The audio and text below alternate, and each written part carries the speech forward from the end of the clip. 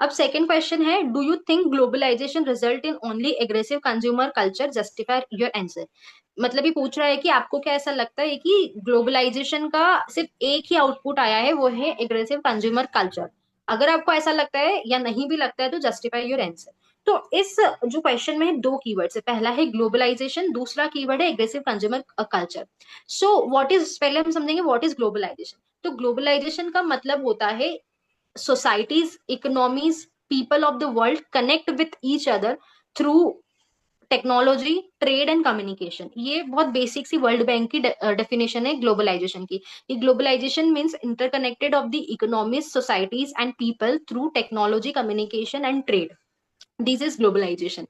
अब हम इसको ऐसे भी करके एक्सप्लेन कर सकते हैं, यदि आपको डायग्रामेटिक फॉर्म में ग्लोबलाइजेशन लिखना है, कि globalization stands on three pillars, technology, trade and communication, है ना। और it connects three three aspects, that is society, people and economics.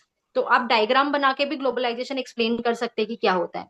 अब जो इसने पूछा है कि do you think that globalization result in aggressive consumer culture, तो पहले यदि हम आसान भाषा में देखें तो एग्रेसिव कंज्यूमर कल्चर क्या होता है।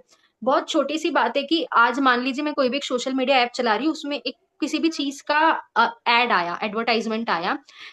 मान लीजिए एक बॉटल का पानी पीने की बॉटल का एडवर्टाइजमेंट आया जो मेरे पास नहीं है, बट मेरे पास दूसरी बॉटल है जिससे मेरी नीड पूरी हो रही है। बट एग्रेसिव कंज्यूमर कल्चर ये होगा कि नहीं, मैंने वो एडवर्टाइजमेंट देखा है तो अब मेरे अंदर ही इच्छा जागेगी कि सेम बॉटल मुझे भी चाहिए क्योंकि बॉटल का ट्रेंड है। So this is consume aggressive consumer culture. तो अब हमें ये बताना है कि क्या ग्लोबलाइजेशन से एग्रेसिव कंज्यूमर कल्चर बढ़ रहा है। So it is very true, बढ़ रहा है। तो हम इस क्वेश्चन को दो पार्ट में डील करेंगे, क्योंकि क्वेश्चन में पूछा है कि क्या ग्लोबलाइजेशन का ओनली आउटपुट है एग्रेसिव कंज्यूमर कल्चर। तो एक पार्ट हमारा रहेगा कि हाँ, इसका आउटपुट है एग्रेसिव कंज्यूमर कल्चर।